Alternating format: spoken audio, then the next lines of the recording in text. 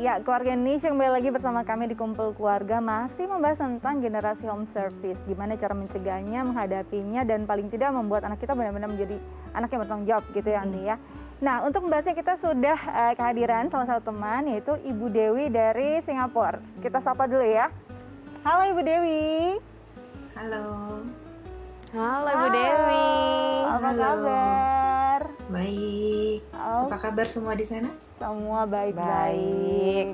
Oke, Ibu Dewi, hari ini kita ngobrol tentang generasi home service. Aku mau tahu dulu nih, udah pernah dengar belum sih tentang hal ini? Udah sempat baca juga. Memang udah jadi gimana ya, sekarang kan karena semua udah terpenuhi ya, banyak hal yang memang disediakan dari baik itu pembantu rumah tangga, neni untuk ngurus anak yang ibu-ibunya sibuk. Jadi banyak sih yang saya lihat, memang ada beberapa kalau lagi di luar pasti minta air putih aja harus diambilin atau apa ya gitu, banyak lihat. Oke, jadi memang sedikit banyak Ibu Dewi sudah tahu ya tentang istilah ini ya. Aku mau tahu dulu, Ibu punya putri usia berapakah? Sekarang usianya udah 10 tahun. 10 tahun, dan memang menggunakan neni ya? Iya, dia pakai neni, saya pakai neni dari umur 0 sampai 5 tahun.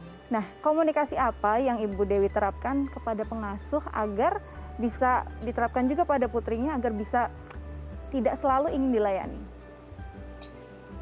Alhamdulillah sih saya punya pengasuh itu memang sudah berpengalaman, dan dia juga mau anaknya belajar untuk mandiri juga. Jadi kebetulan memang bukan tipikal yang saya lihat neni-neni sekarang kan everything semua udah disediain. Sedangkan kalau dia lebih mengajarkan kayak ya seperti yang tadi saya dengerin pembicaraan tadi, memang bagaimana misalnya pakai sepatu, kalau memang kita buru-buru ya masih dipakaikan. Tapi kalau misalnya kayak we not rushing, jadi berusaha anaknya untuk pakai sendiri gitu. Jadi banyak tergantung komunikasi dari orang tua ke neninya juga maupun mbak-mbak yang di rumah. Kan kita juga pasti punya pembantu rumah tangga.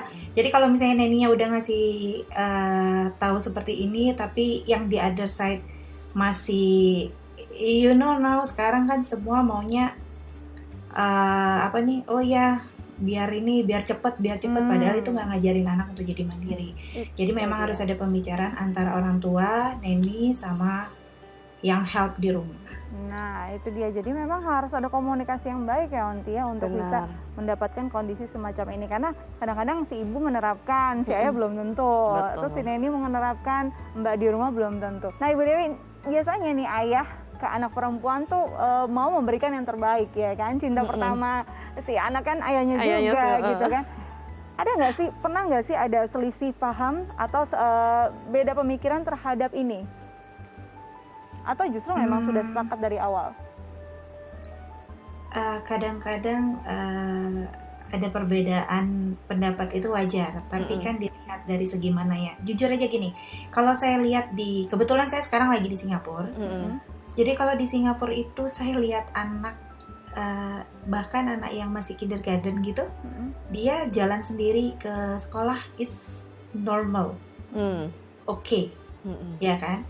Tapi kalau di Indonesia, I'm sorry to say, tapi kayak masih belum berani untuk ngelepas. Jadi kayak perbedaannya hanya di hal yang menurut suami saya kayaknya nggak safe gitu. Tapi bukan untuk kayak ngajarin anaknya lebih mandiri.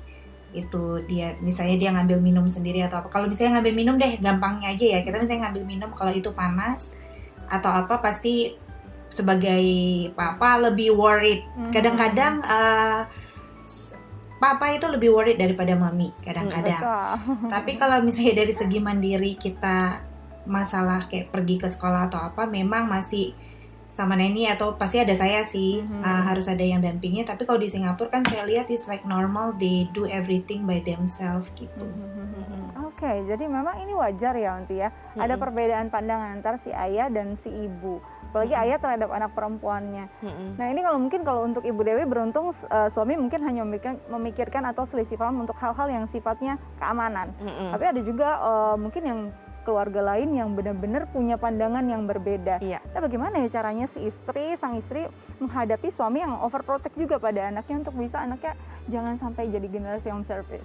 Iya, betul, yang dikatakan Dika tepat banget, karena terkadang ada ya, khususnya misalnya contohnya dari latar belakang tertentu atau budaya tertentu yang sang suami merasa bahwa kalau anaknya nggak dilayani sama ibunya, berarti ibunya nggak bisa ngurus anaknya dengan baik. Nah, Kan ada itu. tuh pandangan seperti itu, ya kan? Ada. Sehingga cenderung misalnya anaknya kurang cepat atau kurang bisa pakai sepatu sendiri, itu yang misalnya kamu pakein deh, kamu jadi ibu, tugas kamu kan, gitu-gitu ya kan. Nah, ini sebetulnya sangat disayangkan, dan sebetulnya yang bisa dilakukan oleh istri ya komunikasi sekali lagi. Kalau memang dengan cara komunikasi masih terhambat, bisa tuh dengan cara menghadirkan atau memberikan buku-buku parenting yang bisa dibaca oleh suaminya.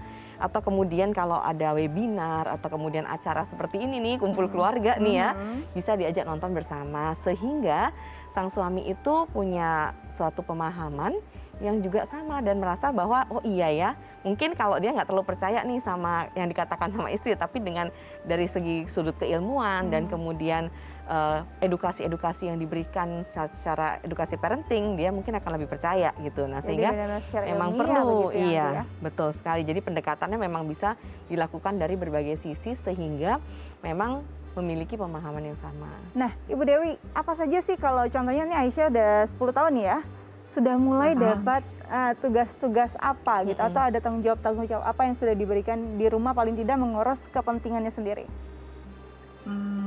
Kalau kepentingan sendiri udah pasti ya, mandi sendiri, terus kayak bikin homework kalau dia nggak ngerti dia baru tanya, suruh rapiin mejanya dia sendiri, walaupun kadang-kadang anak umur 10 tahun kan masih berantakan, wajar ya, it's normal gitu loh maksudnya. Jadi ya cuman diingetin aja, Aisyah mejanya diberesin. Tapi alhamdulillah mungkin karena saya lagi di Singapura, nothing much to do, jadi kayak misalnya tiba-tiba dia akan siram bunga dia sendiri gitu, bunga di depan gitu, nggak disuruh, dia mau melakukan hal itu gitu. Oke, jadi sudah mulai ada inisiatif. Jadi sebenarnya saat kita memberikan tanggung jawab pada anak, akhirnya dia juga mulai terbiasa dan muncullah inisiatif-inisiatif lain untuk melakukan tugas yang mungkin tugas orang lain yang dia lihat, begitu ya Anti ya? Betul sekali. Nah, makanya ini kenapa harus dilakukan sejak dini. Karena tadi kuncinya dengan pembiasaan itulah yang akan membentuk suatu karakter tertentu pada anak. Dan tadi Bu Dewi bilang, saya setuju sekali bahwa dia terkadang berantakan dan nggak sesuai sama ekspektasi kita. Itu nggak apa-apa, karena harga pada saat dia mau melakukan itu udah luar biasa sekali. Ada niatan dari dia dan dia tahu bahwa ini harus dia yang melakukan. Itu adalah suatu hal yang memang luar biasa yang bisa dilakukan anak, sehingga kalau hasil itu akan terperbaiki dari proses sebetulnya. Nah, itu jam terbang. Benar, jam terbang. Gitu ya, Pengalaman semakin banyak dia lakukan akan semakin sempurna hasilnya. Itu dia. Nah, Bu Dewi di sini ada Anti Jo. Mungkin ada pertanyaan nggak yang ingin ditanyakan terkait tema kita hari ini? Oke, kan sekarang Aisyah ini ya Anti Jo, anak saya itu 10 tahun sekarang. Saya ingin nanya, kalau misalnya nih dia sudah mulai mengerti untuk mengerjakan segala sesuatu sendiri, tapi kadang-kadang harus diingetin. Tapi masih ada manja-manjanya, kadang-kadang masih maunya mamanya yang help.